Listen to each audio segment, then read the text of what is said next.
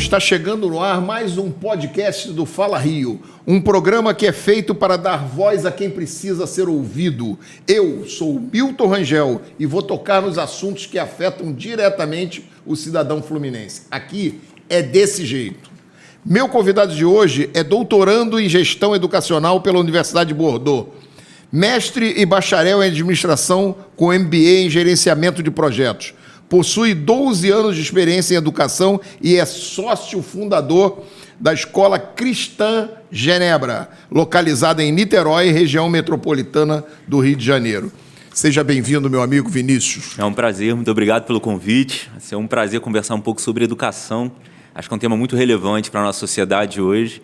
Então, obrigado mais uma vez aí pelo convite. Estamos aqui para falar exatamente de questões de educação e questões que afetam a população do Rio de Janeiro como um todo, né? As coisas na sociedade são muito interligadas. Não tem como discutir educação sem discutir segurança, sem discutir fome, sem discutir outras coisas que contornam esse assunto. Se eu falar de educação com você e dos porquês que eu entrei em educação, por exemplo, você vai ver que nem está tão ligado à educação no primeiro momento, mas no final tudo isso ele vai Então vamos falar disso, conta para mim. Eu acho que todas as escolas eu tenho uma tese de cabeça, não é uma tese de empírica, não. De que a maioria das escolas, elas nascem de um desejo de um educador que normalmente é pai. Eu acho que aquele que se propõe a educar, que tem essa personalidade, ela é alguém que se importa com as próximas gerações. Por isso que durante muito tempo a educação acabou ficando restrita à igreja, né, que organiza lá na Idade Média, trivium, quadrivium, vai surgir com as faculdades. Então, essa preocupação com as próximas gerações de manter.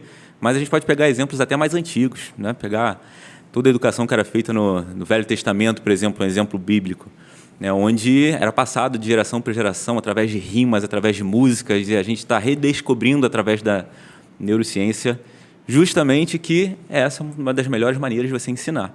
E o meu primeiro contato com a educação foi logo após a faculdade, e pouquinho depois da faculdade eu já tive minha primeira filha, a Valentina. Como eu estava em educação, já trabalhava um pouco, rodava o Brasil, cuidava de um projeto que eu rodava em 98 campos, nesse grupo educacional que eu trabalhava, e eu já comecei a reparar um pouquinho dos eixos educacionais, como é que estavam ficando desvirtuados. Ao mesmo tempo, eu era cristão, sou cristão, desde berço, e também via que as escolas cristãs, às vezes, se colocavam muito denominacionais, isso ficava muito restrito, e eu sempre acreditei que a educação cristã pertence à família.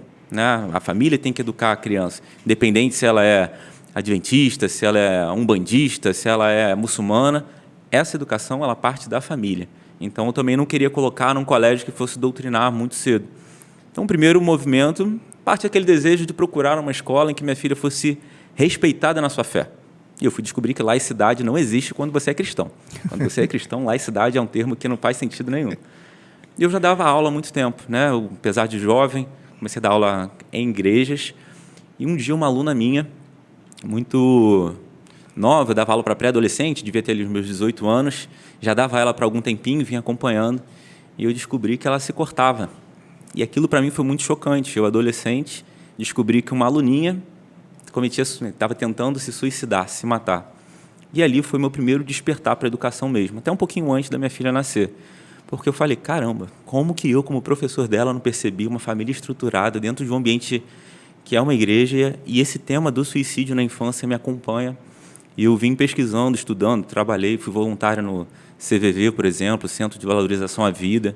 Parte dos meus estudos são nessa área, e eu vejo uma correlação muito grande entre essas mudanças educacionais, esse progressismo na educação que a gente vem passando, na sociedade como um todo, e os aumentos drásticos de 50% nos Estados Unidos, por exemplo, na taxa de mortalidade. Se você pegar os dados epidemiológicos aqui no Brasil, que foram lançados ano passado, de suicídio, por exemplo, você vai ver que a faixa etária que mais aumentou o índice de suicídio foram justamente de crianças de 15 anos até seus 19 anos, entrando ali na fase adulta. Ela praticamente dobrou, né? 118%. Isso é um aumento muito grande. A gente vive uma epidemia nesse sentido. E a educação, a formação dos valores, das virtudes, daquilo que vai ser a base, o que vai sustentar toda a vida daquele futuro adulto, isso vem sendo minado. Então, meu desejo inicial foi justamente trabalhar uma formação não meramente religiosa, dogmática, onde a criança fosse ter aula de religião e que, às vezes, o pai fosse chegar em casa e falar, não é bem assim, eu tenho outra religião, mas uma educação em que ela tenha fundamento, onde aquela criança saiba quem ela é, o propósito que ela tem e, eu acho que o mais importante, que ela se sinta realizada não em buscar a satisfação pessoal, mas buscar a satisfação em fazer o outro bem. Porque de nada me interessa hoje nas minhas escolas formar um médico, anestesista, bem-sucedido e que não consegue entender que a mulher, no momento do parto, o momento é dela, tem que ser especial para ela e não para ele. Então, essa educação autocentrada é algo que realmente eu venho me esforçando de mostrar que nós somos muito mais do que meramente um receptáculo de conteúdo ou muito mais do que uma busca incessante por uma felicidade vã, vazia.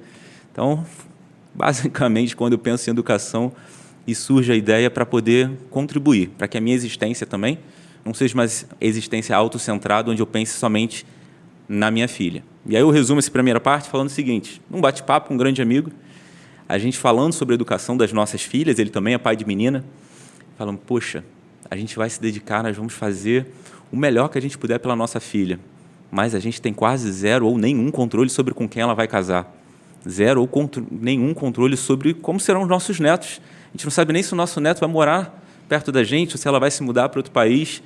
Que sociedade que a gente está criando? Esse é até um convite que eu faço a todos os pais que vão na minha escola. Eu brinco que hoje você veio aqui procurar uma solução para a sua filha, para o seu filho. Mas agora você vai levantar ciente que se a gente não se comprometer com essa geração, os nossos filhos eles não vão estar protegidos, né? Não vão estar ali seguros. Então, uma introdução mais longa aí, mas fala um pouco. Muito bom, muito bom. Eu só para dar um exemplo e para trazer isso para o debate também, meus filhos eu coloquei numa escola tradicional, vou preservar o nome, mas no decorrer da minha fala vocês já vão conhecer de quem eu estou falando, de que escola eu estou falando. Escolhi uma escola conservadora.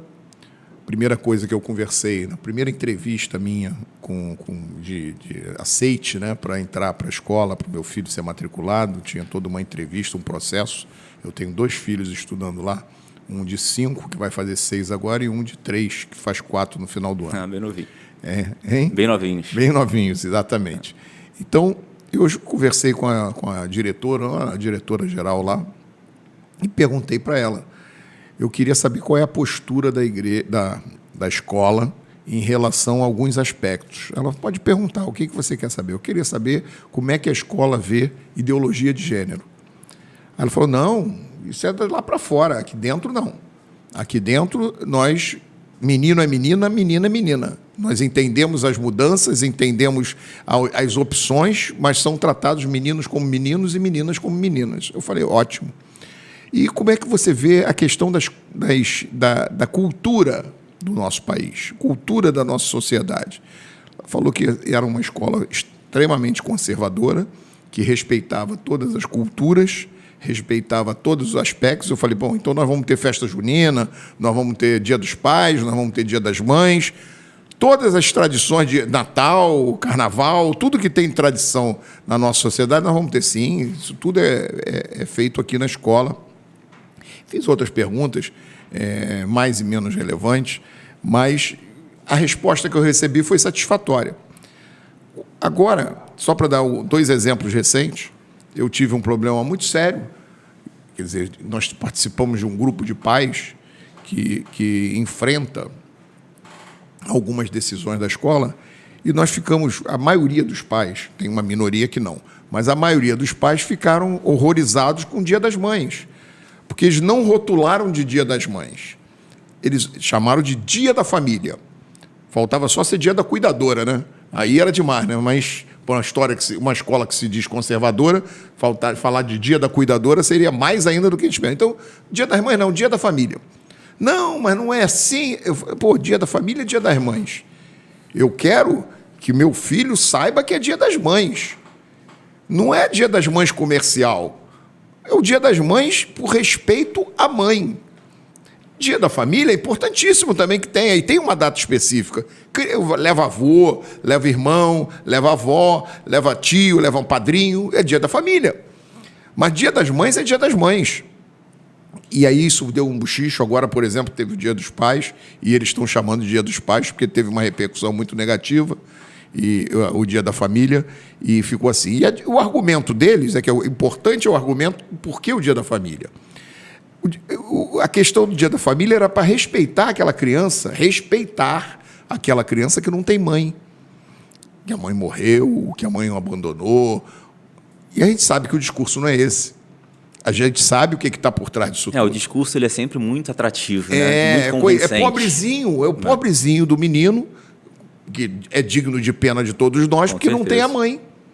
Então, é uma minoria, porque a idade das crianças da escola, as mães normalmente estão vivas, então é uma minoria, e que deve ser tratado como uma minoria.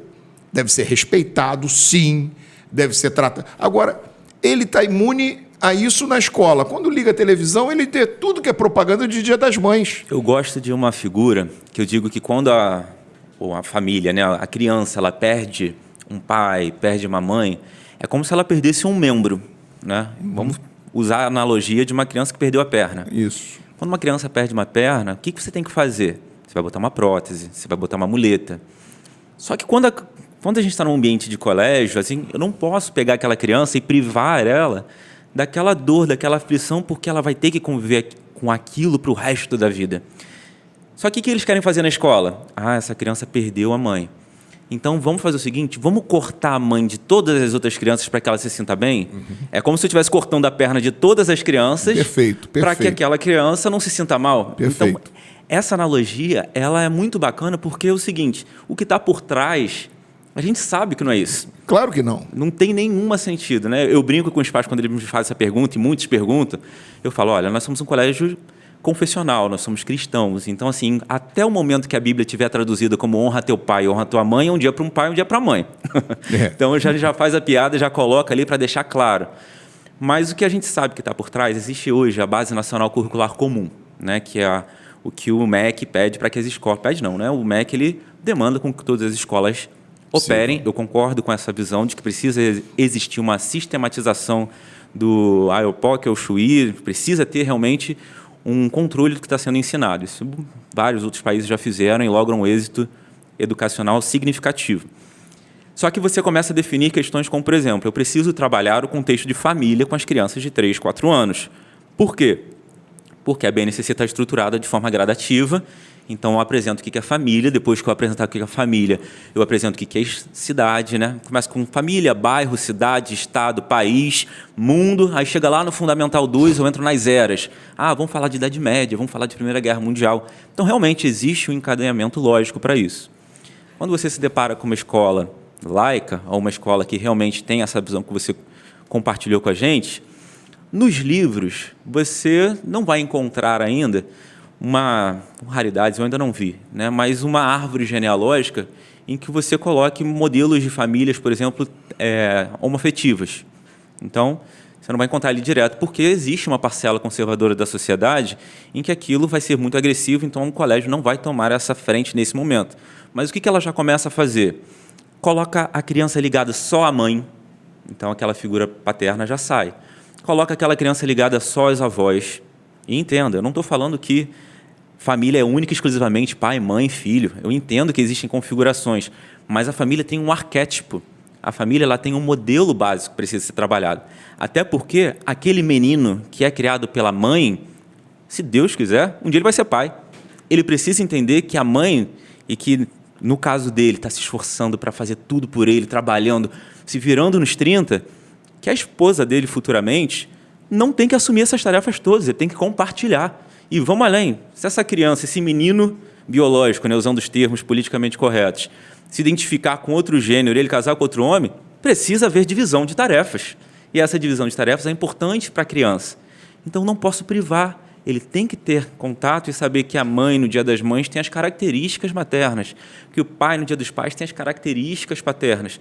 Porque isso é mais simples. Minha família é toda desestruturada.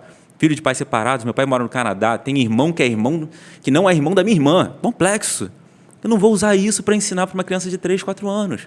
Vamos pelo simples, vamos manter o básico, vamos manter o arquétipo da família.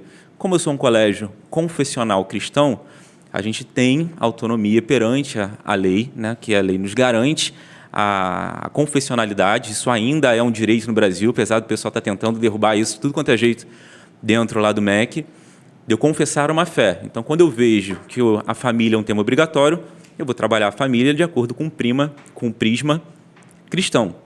Já aconteceu de chegar pai e perguntar para mim assim, e se, Vinícius, porventura, uma criança tiver 2 pais do sexo masculino biologicamente? O que você faz? Mais um motivo pelo qual eu não preciso trabalhar, porque ela já tem. Então, ela já sabe como é. Então, são pautas, né? Um último parênteses aqui também sobre esse tema. Estou nos meus estudos de doutorado, buscando mais na parte de gestão em escola, mas eu me desafiei a fazer uma segunda graduação também em pedagogia e eu fui olhar lá. Comecei, mas estou quase desistindo. Já entendi, o meu laboratório está quase acabando já. Psicologia educacional, primeira matéria. E aí você começa na primeira matéria de pedagogia, primeiro de uma caminhada de anos, falando sobre a importância de desconstruir os gêneros na brincadeira. A brincadeira ela tem que ser feita de acordo com o propósito. Então, se é para trabalhar psicomotricidade, se é para trabalhar motricidade fina, não importa se é pintar a unha, se é colar pregador, o importante é o movimento. Não tem mais essa questão de brincadeira de menino e de menina. E isso, se você começa a olhar pelo ponto de vista meramente pedagógico, faz sentido, é encantador, é bonito, óbvio que quando eu chego para uma mãe que não tem um marido, que é separado por vários motivos, eu tenho 1 milhão de casos de motivos muito difíceis que justificariam, é mais fácil e confortante ela ouvir que não vai ter Dia dos Pais. Só que essa argumentação não pode ser maior do que a construção e a busca por um modelo ideal e que funcione de uma forma mais funcional, para que a sociedade continue crescendo, para que a sociedade continue se multiplicando. Então, a argumentação ela tem que ser olhada com muito cuidado, para que a gente não destoe o pensamento e não abra mão dos valores que conduziram a nossa sociedade até aqui. Então, a gente se apresenta também como uma escola conservadora. A gente não tem medo desse rótulo ser uma escola conservadora. Por quê? Porque eu não estou aqui para fazer experiência com criança. Normalmente, e aqui eu vou falar de maneira mais genérica, mas o profissional recém-formado, muito progressista, normalmente esse camarada nem filho tem. E aí ele quer fazer revolução com meu filho, com seu filho. Então, o que eu brinco às vezes é, faz um laboratório, vai ter um filho. Tenha o seu filho, crie do jeito que você achar bacana, escolha um método que você achar legal e depois você me diz como foi. E vejo que saiu. Deu certo, foi bacana. Então, isso para mim, essa linha argumentativa muito bonita, pedagogicamente, ela precisa ter um dado empírico. O que isso vai me trazer? O que no médio e longo prazo isso vai trazer para a sociedade? E o seguinte, fazer um link com a questão do suicídio.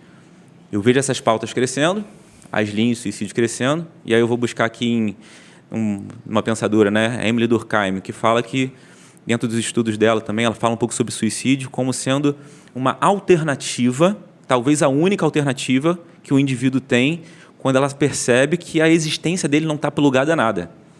Aí eu não posso mais falar de Deus nas escolas. Deus, seja ele qual for em religião, da mais diversa, é um dos principais motivos que segura aquela pessoa na existência, porque ele trabalha a fé em algo acima, a esperança. Essa força, eu não estou nem defendendo a minha religião, não. Estou falando que pode ser qualquer uma. Isso segura muito, mas hoje é errado falar de fé nas escolas. Minha filha podia ir para a escola, laica, beleza. Todos os amiguinhos podiam escolher a música que queriam. Se minha filha cantasse uma musiquinha que ela aprendeu na igreja, está errado. Todos os amiguinhos podiam chamar para ir no play, para chamar para ir na festinha, para chamar para ir na festa junina que ia ter em outro lugar. Se minha filha, porventura, chamasse para ir no Dia das Crianças, num sábado, só porque ia acontecer na igreja, estava errado. Então, que cultura de laicidade é essa que a fé da minha filha está errada? E a palavra era, aqui não pode. Olha, a gente não pode falar de Jesus aqui dentro da escola. Mas quando eu vou falar de cultura africana, é cultura. Quando eu vou falar de cultura hinduísta, é cultura. Agora, quando eu falo da cultura judaico-cristã, não, isso não é cultura. Então, não pode falar de Deus. Família, meu Deus do céu, né? Retrógrada. Seu pai, sua mãe não te entendem. Quem te entende sou eu, professor recém-formado, que acabei de ler o Capital. Então, eu entendo muito melhor. Então, a família ela é desvalorizada. Eu pego livros clássicos da nossa literatura, clássicos, como Meu Pé de Laranja Lima. ótimo, que estão sendo reeditados. O pai é apresentado como o carrasco do vídeo e o melhor amigo é um senhorzinho que o camarada conheceu, um vocabulário extremamente chulo, palavras chulas, palavrões, né, dentro do linguajar, sangue, a funcionária da casa do menino chamando ele de demônio para baixo. Acabei com a família. Aí essa criança que está crescendo sem Deus, legal, né? Poxa, libertador, né? Religião é o ópio do povo. Está crescendo sem uma relação de família bem estabelecida. No mínimo, se ele não tem pai, ele sabe que ele tem falta de um pai. Então, ele vai poder buscar aquilo, né? Não vai precisar ficar perdido. Aí, eu também agora não posso mais trabalhar quem ele é. Por quê? Porque eu não posso ajudar o menino a construir a masculinidade dele, porque a masculinidade é tóxica, né? Hoje, um dado, em 2010, quando você pega, o suicídio entre homens e mulheres sempre foi discrepante, né? Homens morrem 4 vezes mais por suicídio, ou homens se matam 4 vezes mais que mulheres. Isso em 2010. 2019, 5 vezes mais. Isso está aumentando, porque ser homem hoje em dia é um absurdo. Então eu não consigo nem com que aquela criança saiba quem ela é. Então ela não sabe quem é Deus, não sabe quem é o pai dela, não sabe nem o que ela é. Os amigos, ele bloqueia. Hoje não tem nem mais que brigar com o melhor amigo. É só bloquear ele e parar de falar. Você pega casos aqui, um caso real da nossa cidade. Isso é real. Um pai, um dos fundadores aqui do Mário Monteiro, que é uma UPA que virou hospital recentemente, compartilhou comigo, ele atende até hoje dentro dos plantões, que toda semana tem casos de tentativa de suicídio entre crianças, e um caso que ele achou esdrúxulo foi uma criança, seus 12 anos, que tentou se matar, normalmente por envenenamento, porque o pai tirou o iPhone dela. iPhone. Eu vou morrer por causa de um celular, mas ela não tem nada que sustente ela a vida, a única coisa que sustentava às vezes era o celular. Perdeu, aí eu entro com Durkheim. Desplugou. Tirou. Então, viu como é que... Olha aonde a gente chegou. Com certeza. Só falando dessa base, só desconstruindo aos 3 anos. Aí eu tenho que dar voz realmente ao homeschooler que chega e fala: a manipulação tem que começar mais cedo. Eles querem reduzir a idade nas escolas porque eles querem introduzir cada vez mais cedo essa manipulação. Eu preciso dar minha voz para eles, porque realmente, se isso daí não é feito com coerência, com controle, com base... Olha o que a gente está, a geração que a gente já vem criando. Não é que a gente vai criar, já vem criando, já está dando errado. E só não vê quem realmente não se dá o trabalho de olhar para o nível de situação de uma criança de 10 anos carregando outra de 12 pela coleira no shopping aqui no Brasil. Quem olha para aquilo não entende a boçalidade, a banalidade que está acontecendo e bate palma porque aquela menina quis acordar gatinha, não entendeu o nível de piração da sociedade. E aí, continuando a falar da escola dos meus filhos, agora essa semana, por isso que não vai ser difícil, essa semana saiu notícia, inclusive no jornal, de uma criança que foi para a sala de aula, uma criança de 8 anos de idade, que foi para a sala de aula com uma arma. Mostrou para tudo que é amigo e falou que na segunda-feira que vem, ele iria levar a arma carregada e ia dar uns tiros nos amigos. É isso, a gente já mata com a escola por aqui. Então, um pai ou uma mãe ligou para a escola, porque o filho chegou em casa e contou, provavelmente até por medo, né? Contou para o pai e para a mãe. Que bom que tinha confiança nesse pai e nessa mãe. Isso. E esse ligou para a escola e comunicou que isso estava acontecendo e pediu providência da escola. O nome dessa criança não foi divulgado, graças a Deus, foi preservado, mas eles estão discutindo o que fazer com essa criança. Eu acho que tem que discutir o que vai fazer com os pais dessa criança, e não com a criança. Então, eu me posicionei em relação a isso, mas é disso que a gente está falando. Nós estamos falando de uma criança de classe A. Não é uma criança que mora na comunidade, que mora numa favela, que mora no morro, não. Então, pode morar até no morro, mas é um morro classe A. Sim. É o morro do Vidigal, da costa ali de São Conrado, daquelas encostas de São Conrado que tem mansões maravilhosas. É por ali, pode ser por ali. É um morro geográfico, não é um morro econômico. Exatamente, é isso aí. Essa definição é perfeita. Então, nós estamos falando de uma pessoa com destaque social. Então, falando de uma pessoa que tem um nível social elevado. E aí uma criança, filho dessa família, faz uma coisa dessa. Quer dizer, a discussão hoje é só se a arma era de verdade ou era aquelas armas fake. Né? Que muito bandido aí assalta com arma fake porque não tem dinheiro para comprar arma, né? Então, não se sabe se era a arma fake ou a arma verdadeira. Então, essa é a única discussão que está tendo. Agora, de onde saiu essa arma? De onde saiu essa criança? Como surgiu isso dentro de uma escola conservadora, cheia de parâmetros de segurança, entendeu? Cheio de procedimentos de segurança. Alguns falhos, na minha opinião, mas cheio de procedimentos de segurança. Então, tudo isso é fruto dessas questões sociais que a gente está discutindo aqui. Tudo isso acontece por causa disso. É bacana matar, é bacana atirar, é bacana... a violência é socialmente aceita, nós temos que tratar. Outro dia eu vi uma matéria no G1, Globo News, falando sobre pedofilia. E dizendo que um dos tratamentos para pedofilia, eu postei isso nas minhas redes sociais, inclusive, um dos tratamentos para pedofilia, uma das coisas que deveria ser feito com a pedofilia era tratar, que era uma doença como a diabetes é. Quer dizer, comparou pedofilia com diabético. Sabe, é uma coisa que essa é para onde estão empurrando, essas mídias estão empurrando, quer dizer, vale tudo. Vale tudo. Vale tudo. O negócio é a liberdade, o modernismo sexual. Ora, o meu prazer em detrimento de qualquer coisa. Qualquer coisa. Não é nem o prazer do outro. Qualquer coisa, não. Qualquer coisa. E você que tem um outro prazer, não, é anormal. Você que é hétero, é anormal. E se você fala isso que nós estamos falando aqui, somos homofóbicos. Acho que eles desvirtuam qualquer coisa que se fale, que se atinja aquelas metas que eles não querem. Como você bem disse, citando Marx aqui, eles querem destruir a família. O objetivo é desconfigurar a família, papai, mamãe e filhinho. Claro, porque você consegue passar toda a autoridade para o Estado. Se você quebra, logo na primeira infância, a estação primeira de autoridade, que é a família... Que é a família. Qual é a próxima? O Estado... O Estado manda nas crianças, pega as crianças e manda para onde quiser, faz com as crianças o que quiser, educa as crianças como quiser. Aproveitando aqui esse nosso papo, eu queria perguntar a você como surgiu a ideia para fundar a Escola Cristã de Genebra? Então, um pouco desse contexto que a gente vem falando, né? E só para fazer um comentário sobre o que você trouxe aqui para a gente, sobre a questão da criança, às vezes, ser um pouco perdida, de trazer um elemento como esse. O debate, você vê que até mesmo o debate que a mídia está conduzindo é um debate que é uma cortina de fumaça. Ele está discutindo se a arma era de verdade ou de mentira. Esse é o menor dos problemas. Opa. Claro que, se fosse de verdade, a consequência era maior. Mas a gente esqueceu de falar do princípio que levou isso. Na nossa escola, a gente busca muito essa palavra. Você vai me ouvir falando no podcast, pode ser até que fique um pouco cacofônico e repetitivo. Mas os princípios.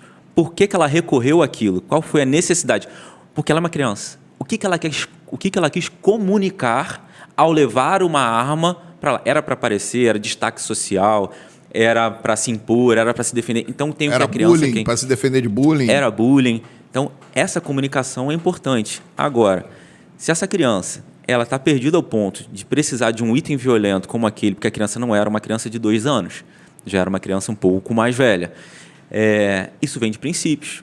Você chega na minha escola no Fundamental 2, que as crianças não, né, já adolescentes, estão jogando futebol, você não escuta palavrão, porque o palavrão é uma ofensa. O palavrão é uma agressão verbal. Então, você tem que começar no princípio. Na nossa escola existe uma punição gravíssima. Qual é a punição mais grave da escola, assim, de uma primeira instância? A cola. Cola a gente chama de fraude documental. A gente não chama de cola. Por quê? Hoje, o máximo de corrupção que uma criança consegue chegar numa escola é a cola, não é? É se valer do conhecimento alheio, de um documento alheio, em benefício próprio. Se o professor pega isso a partir do 4º, 5º ano, onde a criança já tem essa maturidade, é suspensão, não é zerou a prova. Porque zerar a prova é só devolver aquilo que ela já roubou. Se ela não sabia a questão, então 0 é mais que obrigatório. Suspensão de 3 dias. O que eu estou trabalhando nela? O princípio. Nunca escolha um caminho que não é o correto.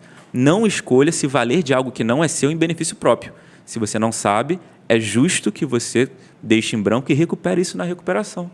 É o princípio. Por quê? Porque significa que quem é reprovado na escola vai ser mal sucedido? Claro que não, a gente já sabe disso, a gente já venceu essa etapa. Então, o nosso foco tem que ser mais voltado para o princípio do que para o conteúdo, porque o conteúdo está aí em todos os lugares. Se a criança que entende, ela consegue se desenvolver. Então, o princípio. A gente tem que ter sempre o debate, toda vez que aparecer isso, o princípio que está por trás. E a escola ela surge um pouco nesse contexto. Dentro das minhas pesquisas, dentro das viagens, dentro da experiência que eu tive em educação, eu durante 7 anos fui compondo o que seria a Escola Cristã Genebra, que inclusive leva esse nome em homenagem à cidade de Genebra, na Suíça, que Genebra, para quem não conhece, está para o protestantismo, tal como Roma está para o catolicismo. Genebra é o berço do protestantismo. De lá que as ideias de Lutero encontram corações aquecidos, como de Farel, de Guilherme Farel, como de João Calvino, e aí eles levam isso para uma parte muito prática. Mesmo na Reforma Protestante, ali no século XVI, praticamente, a Europa ainda sofria os impactos da pandemia, da peste bubônica, estava se reerguendo, Genebra era imersa em corrupção. E aí, quando você pega reformados, os protestantes reformados, que ousam fazer diferente, até hoje, o lema da cidade de Genebra é Post tenebras lux, em latim, depois das trevas à luz. Tudo que você faz é diante de Deus, tudo que você tem que fazer é para Deus. Por isso que surge até o lema dos puritanos, né? Se eu sou cristão e é para Deus, eu tenho que trabalhar um pouco mais e um pouco melhor. Então, em Genebra, naquela época, na Idade Média, se trabalhava 12 horas. O protestante tinha que trabalhar 14 horas. Com excelência. Talvez por isso da Suíça tenham saído os melhores chocolates, os melhores relógios, melhores sistemas bancários. Genebra se tornou referência para o mundo inteiro em excelência. O primeiro culto que aconteceu aqui no nosso estado foi o pedido de Villegagnon para o Calvino, que enviou missionários de Genebra. Olha o impacto que essa cidade teve. Então, o nome ele surge dessa ideia de ser para as nações, de fazer de Niterói uma referência para o Brasil, tal como Genebra foi para o mundo e inspira muitos outros pensadores. E juntar também um pouco dessa excelência suíça, por isso que a gente fala, né, que nós somos uma escola suíça por excelência. Então, essa excelência, eu me formei na École Hôtelière de Lausanne, então estudei lá, trago um pouco da minha vivência como aluno também da École, e trazer essa excelência mais atrelada a princípios. Porque hoje, às vezes, um pai conservador ou um pai religioso que quer dar uma educação fundamentada no cristianismo, ele tinha que escolher entre uma escola de excelência, uma escola de ponta, ou uma escola cristã, ou uma escola um pouco mais simples. E dava a entender que as escolas evangélicas ou católicas eram escolas medianas, e não. Nós criamos as faculdades. Quem sistematizou o ensino tal como nós conhecemos, não o que a gente está vendo hoje, mas como sistematização do aprender, foram as escolas, foram as igrejas. Isso sempre teve, o conhecimento sempre teve conosco. A gente pega a Bíblia, por exemplo, além de ser o livro mais vendido do mundo, é o livro que tem a maior acurácia textual do mundo. É o livro mais copiado do mundo. Você pega a Bíblia do teu celular hoje e pega os escritos do Mar Morto, aquilo tem 99,5% de acurácia. Nem Platão, nem Sócrates, nem Homero consegue ter uma acurácia textual tão grande. Então, essa escrita, esse cuidado ao escrever, ao copiar, né? Uma curiosidade, os copistas, né? Toda vez que eles iam copiar o texto do Velho Testamento, e tinha a palavra, o tetragrama sagrado, né, que a gente aqui no português fala de Javé, o pessoal vai chamar de Jeová depois, ele para escrever aquilo, ele tinha que se banhar para se purificar, para poder escrever. Olha o cuidado que a gente sempre teve com a escrita. A Reforma Protestante resgata um pouco dessa cultura da educação e ela resgata também para o letramento. Então, o cristão ele precisa encabeçar e ele precisa estar na vanguarda da educação. E mesmo os católicos, depois da Reforma Protestante, você tem o Concílio de Latrão, acho que 30 anos depois, surge a Ordem dos Jesuítas e o letramento mundial, começa a explodir. A Reforma ganha muito peso também por causa do advento da prensa de Gutenberg, então você começa a publicar a Bíblia igual um louco ali, você tem toda a estruturação da língua alemã feita por Lutero na tradução, por isso que o alemão, né, não sou linguista, mas é por isso que o alemão ele tem muita estruturação dentro, um dos documentos mais importantes é a Bíblia. E a nossa escola quer resgatar isso. E a gente funda isso. A tua escola, como é que é a procura para matrícula? Como está o volume de matrícula na sua escola? Hoje, graças a Deus, a gente tem 3 sedes. A gente abriu a terceira sede tem 2 semanas, aqui no bairro de Icaraí. Hoje, a minha ocupação média da escola está em 95%, 96%. Então, a gente tem fila de espera para o ano que vem e, realmente, fila de espera porque a gente entendeu que a gente posicionou um produto conservador dentro de uma sociedade perdida, mesmo os pais que não são cristãos, ou seja, são ateus, ou mesmo que são cristãos espíritas, católicos, de outras virtudes, né, de outras vertentes diferentes do protestantismo, eles buscam a nossa escola pelos valores. Então, essa demanda está crescendo. Né? Aquela cultura do quem lacra não lucra, a gente pode ver isso funcionando, porque ninguém aguenta mais, né, você ser obrigado em mandar o seu filho, porque existe uma lei que te obriga, para uma escola onde ele vai passar 800 horas por ano, no mínimo, porque se ele estudar no integral, chega a 1.500 horas por ano. 800 horas com professores que não tenham, às vezes, a mesma visão que você tem. Né? A mesma visão que o seu colega de bairro tem, que está estudando ali dentro. Então, essa procura ela começa a aumentar por isso. Eu lembro que quando eu comecei a Escola Cristã Genebra, isso alguns anos atrás aqui na cidade, eu conversava com os pais, eu falava, o número de escolas cristãs no Brasil, e principalmente em Niterói, vai aumentar. O número de escolas cristãs precisa, porque vai ser uma resposta da sociedade ao que está acontecendo. Niterói já anunciou esse ano mais 2 escolas cristãs, né? Com essa minha sede nova, 3 escolas novas que surgem nesse contexto, porque a sociedade também, existe um versículo que fala que não tem nada novo debaixo do sol. Né? Tudo é cíclico. O que a gente está vivendo hoje, a sociedade já viveu em vários outros momentos. Você pode ir de Sodoma a Gomorra, pode lembrar da época na Grécia, onde os homens tinham seus pupilos e ensinavam os atos sexuais para os pupilos. Então, a homossexualidade não é novidade. Toda vez que tem a crescência de um lado, você vem e controla. Quando a igreja perdeu o controle, você vem o renascimento, vem o iluminismo. Quando aquilo perde controle, você vem uma nova onda de conservadorismo. Então, a gente vai experimentar, creio eu, depois desses quase 20 anos, e aqui eu vou fazer um parênteses para fazer uma crítica ao meu protestantismo, né? Vertentes, às vezes, mais neopentecostais, vertentes, às vezes, que ficam, em vez de educar crianças, ter escolas bíblicas dominicais firmes, falando de valores, ficam perdendo tempo das crianças, às vezes, com sessão de descarrego, com um monte de outras coisas, e esquecem das crianças. Só que essas crianças não estão sendo esquecidas nos colégios. Essas crianças não estão sendo esquecidas quando elas entram na faculdade e encontram um professor marxista que vai distorcer tudo que ela aprendeu. Por quê? Porque a criança, dos seus 4 até os seus 16 anos, passou por mais de 10.000 horas de treinamento. E aí existe uma mentira que é o tempo de qualidade que o pai dá. Né? Não, o pai tem que dar um tempo de qualidade. Que tempo de qualidade é esse que vai reverter 10.000 horas de treinamento dentro de uma escola? Né? Você falou num assunto aí, que é um assunto que me interessa muito também, que é como você vê a escola de horário integral? O que você acha dos projetos que existem, Darcy Ribeiro, de escola de horário integral?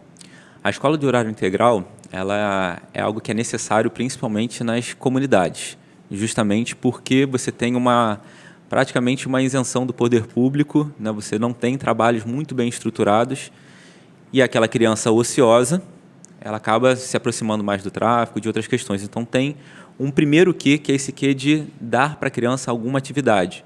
Desses projetos sociais, você consegue tirar boas saídas, né? Você consegue reposicionar uma carreira, você consegue botar através do esporte, através da música, e a gente tem 1 milhão de casos para isso.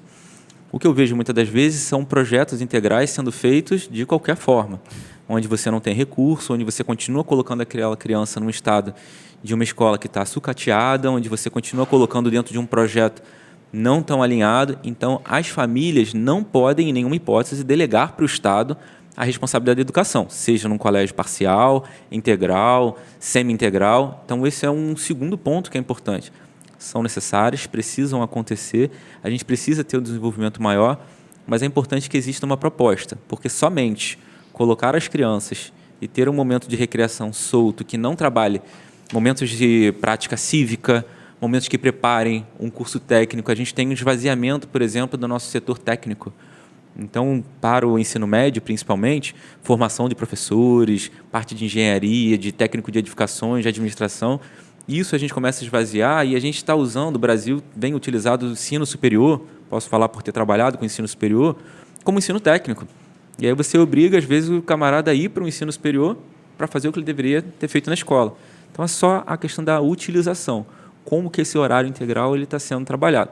O papel dos pais, daquela localidade, fiscalizar, observar e poder propor também alternativas. Os pais parceiros, né? Antigamente tinha essas campanhas do pai parceiro, do pai cidadão que ia para a escola. Olha, eu sou marceneiro, então vou fazer um projeto dentro da escola.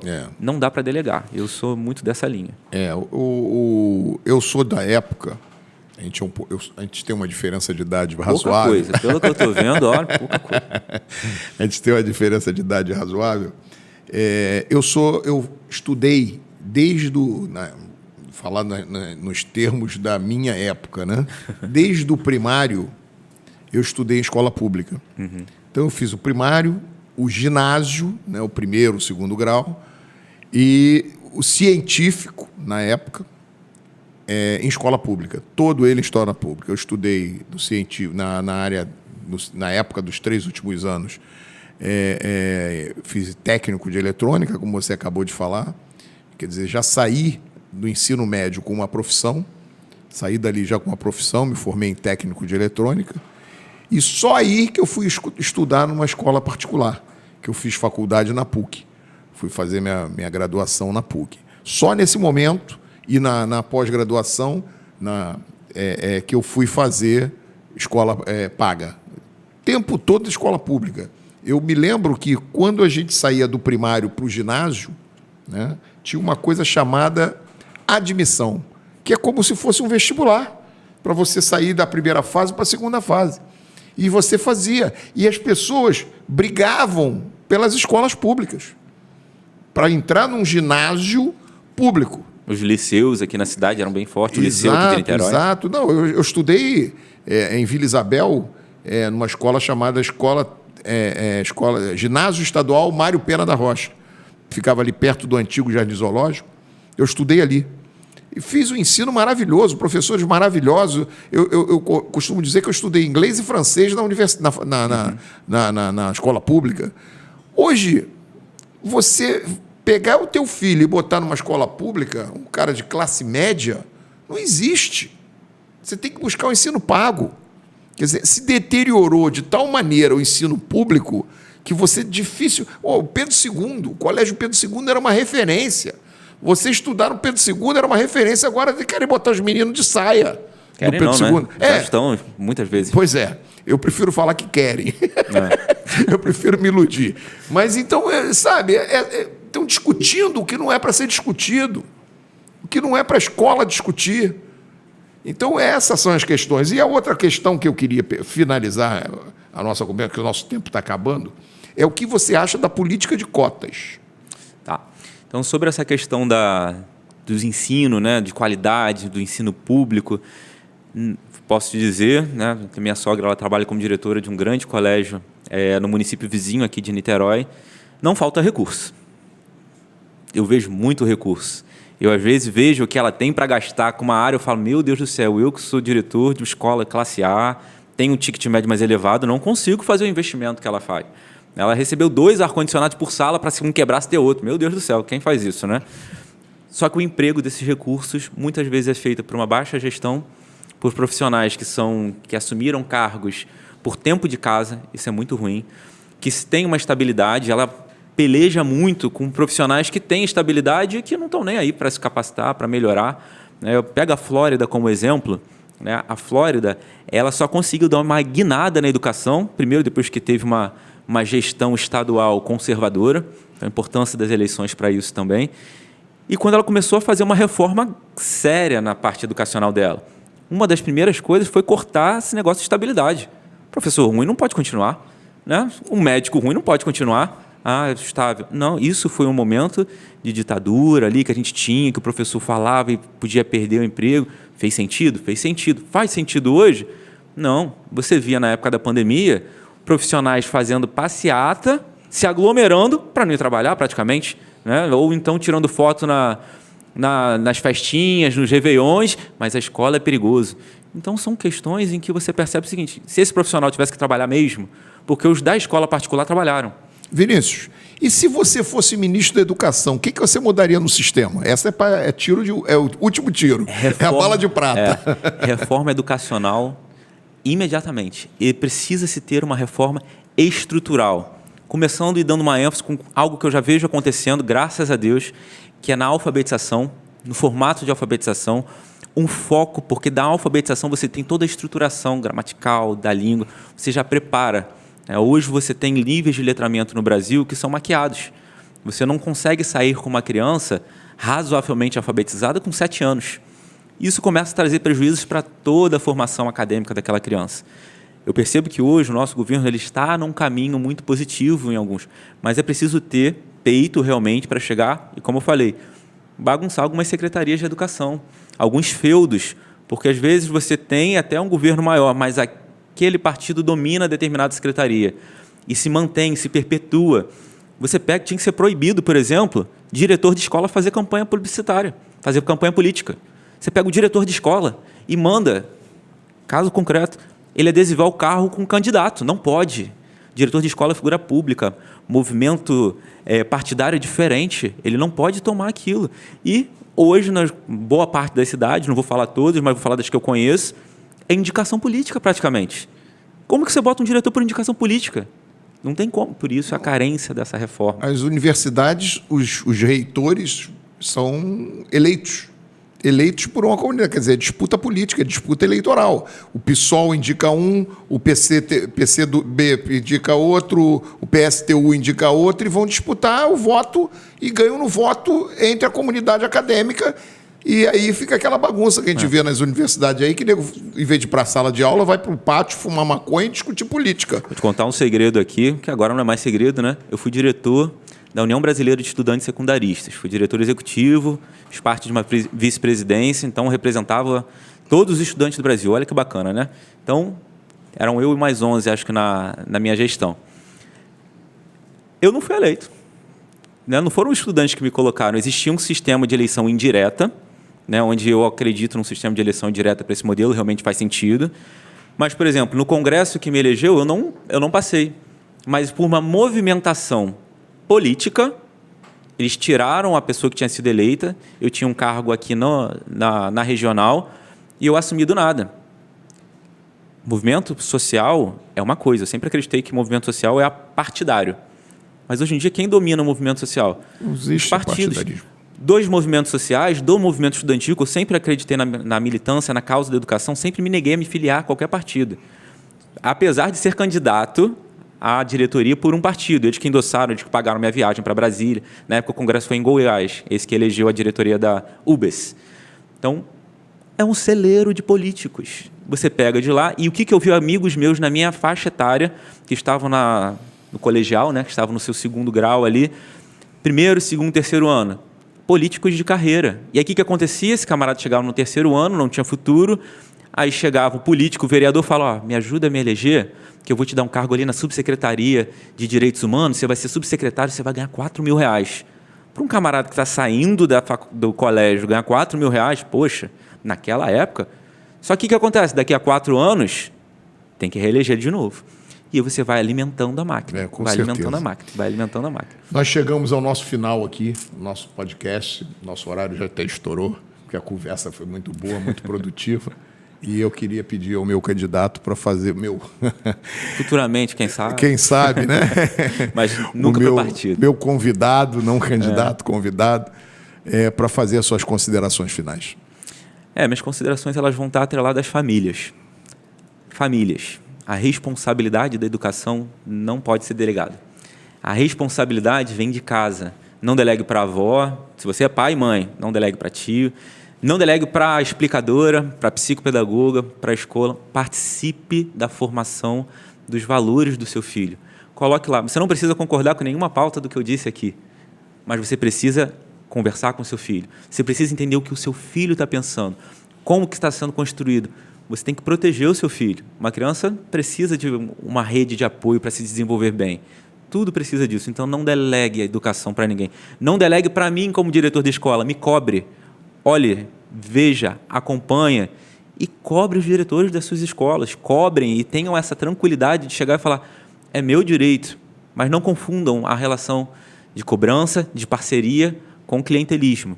Eu costumo falar para meus pais que eu sirvo aos pais num projeto de educação. Eu não sirvo a criança, eu não sirvo ao aluno, eu sirvo aos pais. Aquele aluno está lá para um projeto. E esse projeto ele precisa ser em comunidade. O pai ele precisa tomar as rédeas. Não dá para delargar mais. Não dá para chegar e trabalhar 20 horas. Por que você está trabalhando 20 horas por dia? Por que você está trabalhando 12 horas por dia se você não está conseguindo acompanhar o dever de casa do seu filho? Que filho? Então, para que você está criando filho? Bota no internato. Seja honesto, pelo menos. Já teve uma mãe que eu precisei fazer essa recomendação. Eu falei, cara, sua dinâmica é muito difícil. Eu, no seu lugar, não conseguiria. Então, coloca num colégio que funcione em internato.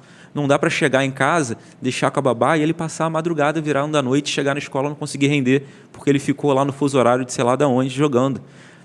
Quem dá celular para a criança é o pai. Quem bota comida na mesa para dizer que a criança não come é o pai e a mãe. Isso é só com a gente. Então, o meu apelo, meu encerramento é: sejam pais, sejam mães, sejam responsáveis pela educação dos seus filhos, dos nossos filhos, dessa próxima geração que está vindo. Bom, muito obrigado. As palavras que a gente teve aqui, muito dentro do foco do que a gente vem tratando nos últimos podcasts, dentro da linha que a gente defende como deputado, como candidato, como pré-candidato. Toda essa linha a gente vem defendendo, todas essas bandeiras que a gente vem levantando. Somos cristãos, estamos aqui em defesa da família, contra a ideologia de gênero, contra a partidarização, contra a política dentro das escolas, contra tudo isso que se chama de moderno. Eu não sou moderno, eu sou conservador, graças a Deus. Então, se vocês gostaram desse podcast, visite as nossas redes sociais, venha conhecer o nosso trabalho, e aqui o debate é desse jeito.